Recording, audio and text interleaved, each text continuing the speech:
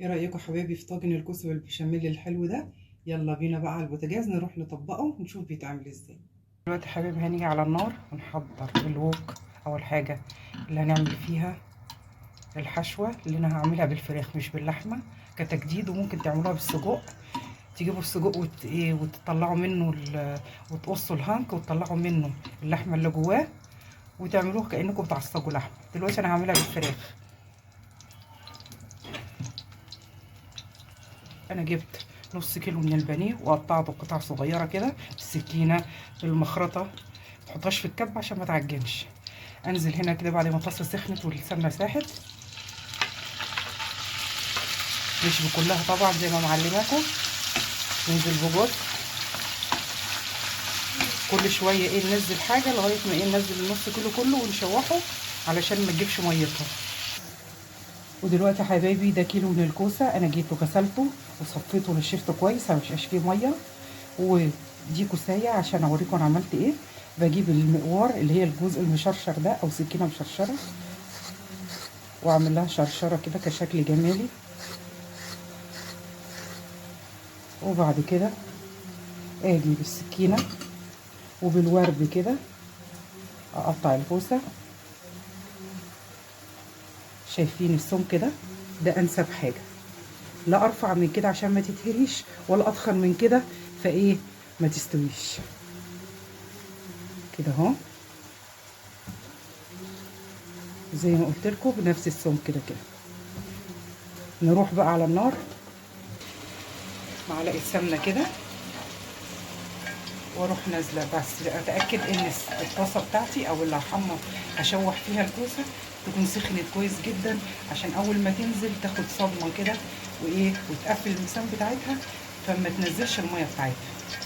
حتى لو نزلت ميه قليله بتسيبيها فيها تستوي.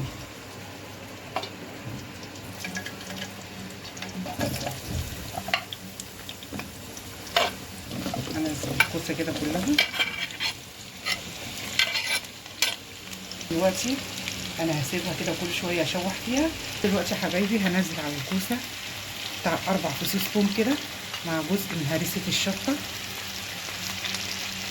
واشوح التوميه مع حته هريسه الشطه دي مع الكوسه، تدي طعم رائع. ودلوقتي هحط عليها جزء من التوابل،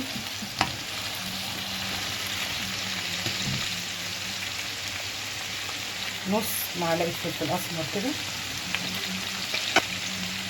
نص معلقه من البابريكا، وربع معلقه قرفه، وربع معلقه من الجنزبيل البودر،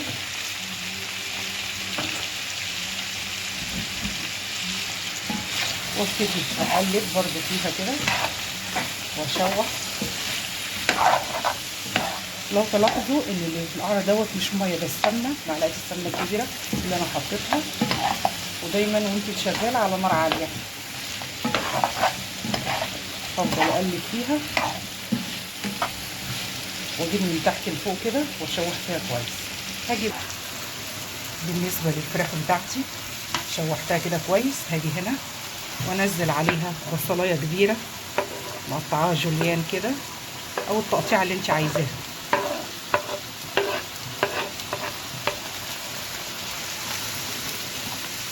واقعد اشوح فيها كده وادبل البصلايه، واروح منزله بقيه كام فص ثوم كده برضو مع بقيه معلقه الهريسه الشطه على الحشوه واقلب. وبعد كده هضيف جزرايه كبيره مبشوره. ودلوقتي الجزريه اهي دبلت، اروح منزله قرن فلفل حامي على قرن فلفل رومي كده.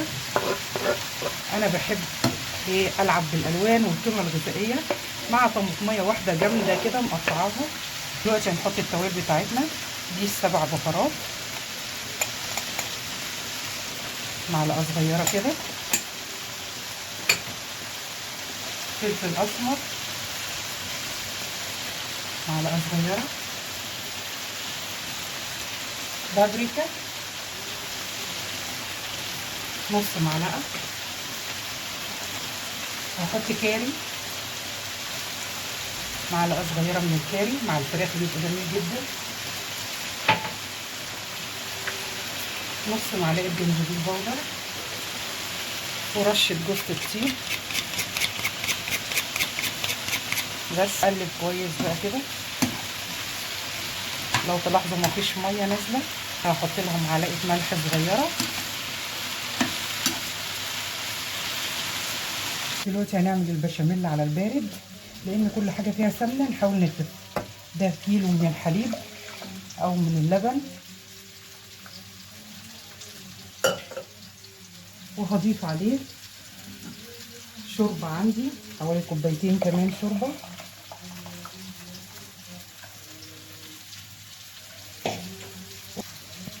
وهضيف عليهم 4 معالق كبار من الدقيق.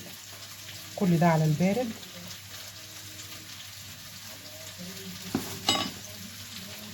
وعلى طول بالمضرب ادوب الدقيق في الحليب والشوربه.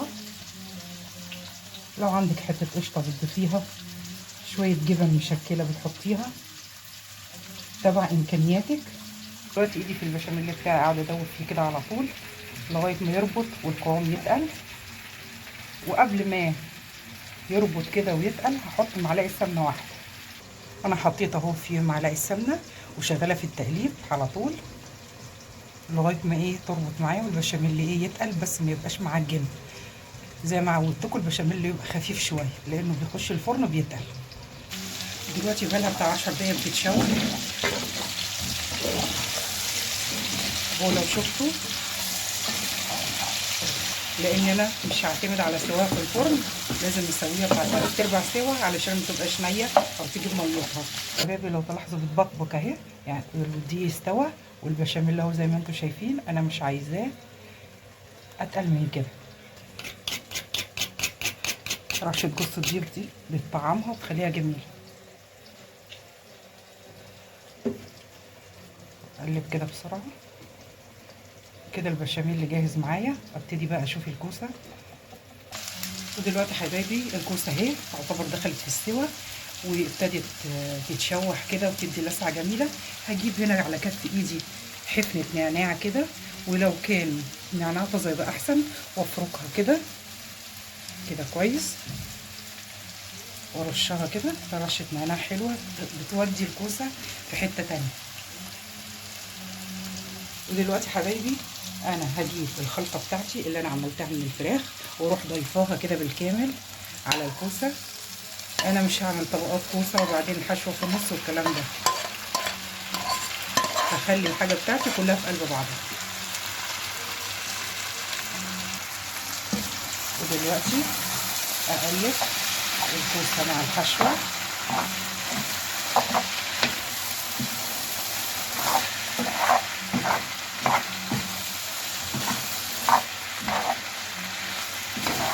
وكده بقت الكوسه بتاعتي جاهزه ان انا اطبقها واحطها في الطاجن. دلوقتي الطاجن بتاعي اهو اللي هطبق فيه.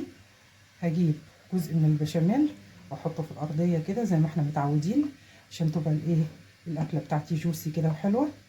الخلطه بتاعتي اللي انا عملتها الكوسه بالحشو على بعضها، وانزلها كده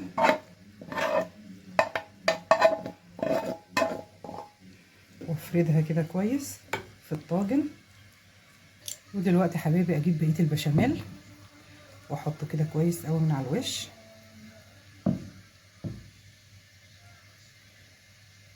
زي ما قلت لكم انا بعمل البشاميل ما بيبقاش تقيل قوي لانه كده كده بيتقل في الفرن.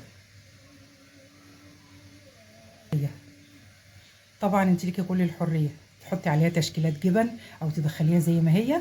هي كده في منتهى الجمال. ادخلها في الفرن ولما تطلع نشوفها مع بعض. ودلوقتي حبايبي انا غرفتها، طبعا استعجلت ما استنيتش اما تبرد وتمسك نفسها. نحبها جوسي كده. شوفوا جميله، والكوسه مستويه جدا، والبشاميل جوسي وجميل، والفراخ طبعا باينه فيها حلوه. تاكلوها بألف هنا وشفا. دمتم بصحه وعافيه، والسلام عليكم ورحمه الله وبركاته.